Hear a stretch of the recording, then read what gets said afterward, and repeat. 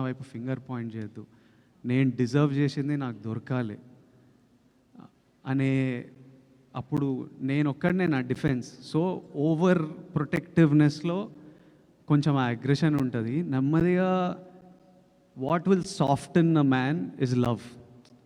ప్రజల గురించి లవ్ వచ్చిన ఎంత ఎంత సినిమాలో కూడా చూస్తుంటాం కదా, స్టార్టింగ్ అగ్రెసివ్ హీరో ఉంటాడు, అమ్మాయి లైఫ్లోకి వచ్చిన మదర్ వలన ఎవరో సాఫ్ట్ అయిపోతుంటారు. ఈ ప్రజల లవ్ వల్ల ఇట్లా మీరు కూడా నా వైపు ఇక ప్రేమతో ఉన్నారు, ఇక మొత్తం సాఫ్ట్ అయిపోయినా. అట్లా ఆ ఇన్సెక్యూరిటీని దాటుకుని వచ్చేసారండి మీరు? ఆ ఫియర్ పోయింది. ఇంకా ఫియర్ అంటే ఎవరు ఏం చేస్తారు మనని, ఎవరు ఎట్లా మ్యానిపులేట్ చేస్తున్నారు, ఈ ఫియర్లు ఇనిషియల్ స్టేజ్లు ఉంటాయి. మనకు ఎవరు లేరు కదా మనకు సపోర్ట్ చేయడానికి. సో అది ఉంటుంది 100%. డెఫినెట్లీ అన్నీ ఏదో ఫియర్ నుంచే పుడతాయి. Any sort of behaviour, fear లైఫ్లో ఎక్స్పీరియన్సెస్, చిన్నప్పుడు గ్రోయింగ్ అప్లో experiences, it will all be part of that. Every change also that happens is because of the experience. నా చుట్టూ ఉండే ఎక్స్పీరియన్స్ ఎన్వైరన్మెంట్ వల్లనే ఆ చేంజ్ కూడా వస్తుంది. కానీ విజయ్ మోర్ అంటే ఇప్పుడు చూస్తే గతంలో కంటే ఇప్పుడు చూస్తే మోర్ మెచ్యూరిటీ కనబడుతుంది. వయసు అవుతుంది కదా, పెద్దోడిని అవుతున్నాయి అంటే రావాలి. కాదు, ప్రజల్లో ఉన్నావు కదా, అమ్మాయిలో కూడా ఉండొచ్చా? ఏంటి ప్రజల్లో అమ్మాయిలో కూడా ఉండొచ్చా? ఈ ప్రజల అమ్మాయిల్లో నేను చిన్నప్పటి నుంచి చూస్తున్నా. అంతేనా?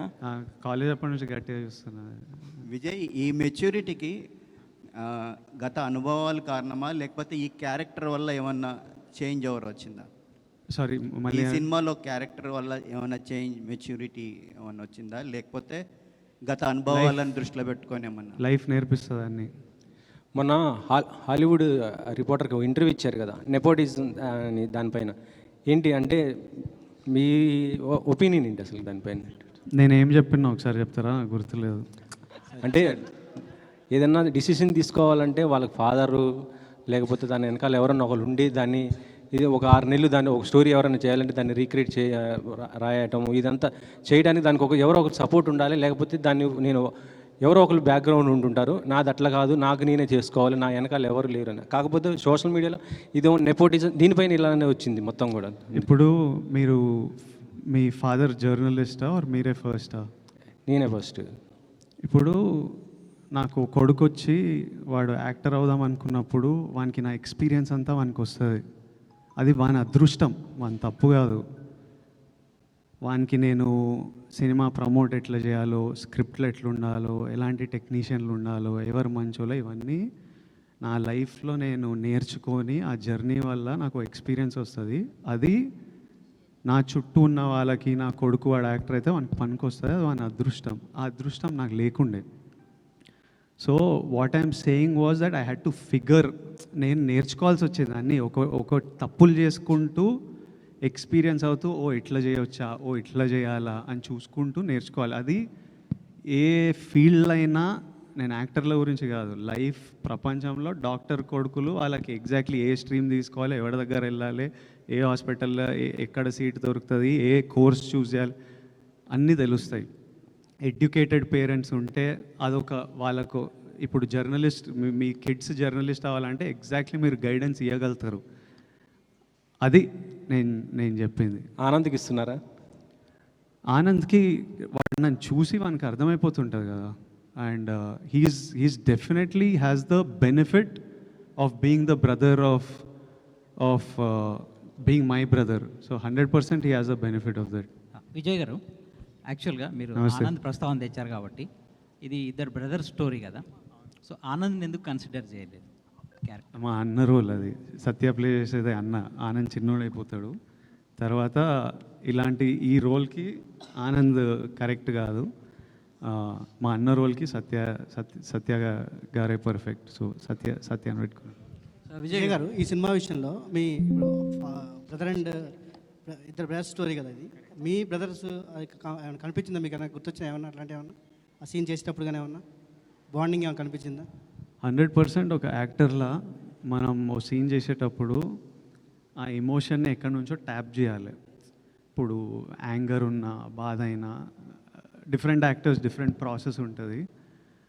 మనం ఎక్కడి నుంచో ఆ ఎమోషన్ని ట్యాప్ చేసి ఈ సీన్లో ప్రొజెక్ట్ చేస్తుంటాం. సో చాలాసార్లు నేను చాలా సీన్లో నాది నాది ఆనంద్ లైఫ్ గురించి ఆలోచించి నాకు ఆనంద్కి ఎట్లయితే నాకు ఎట్లా అనిపిస్తుండే అనేది I would 100% think it and use it for the performance. So 100% a lot of the emotion comes from my love and bond with my own brother.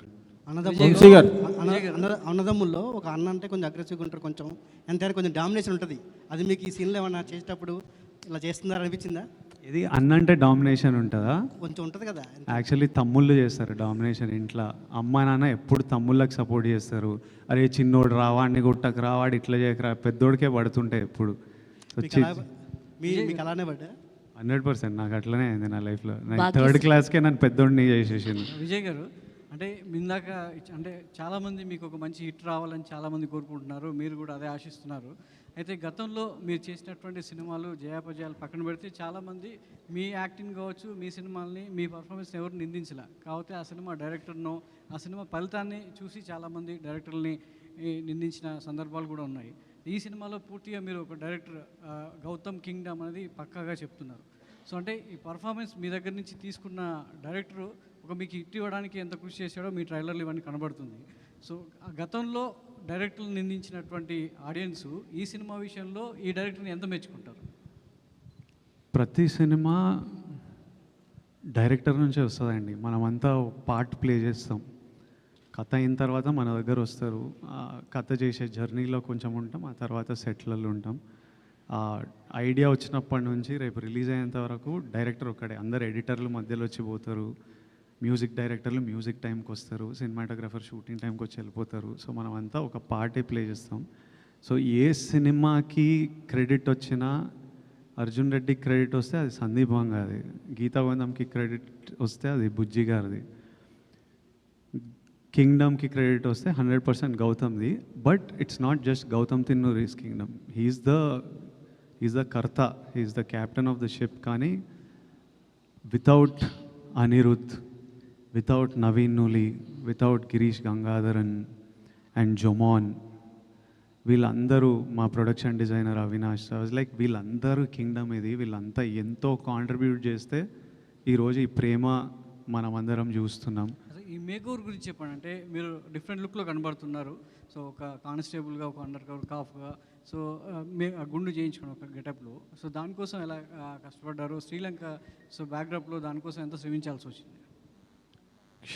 శ్రమ ఏం లేదు, ఎంజాయ్ చేసినాం సినిమా. కథ విన్నప్పుడు నాకెందుకో జుట్టు లేపేయాలనిపించింది ఈ రోల్కి. I think that was the state of mind I was in.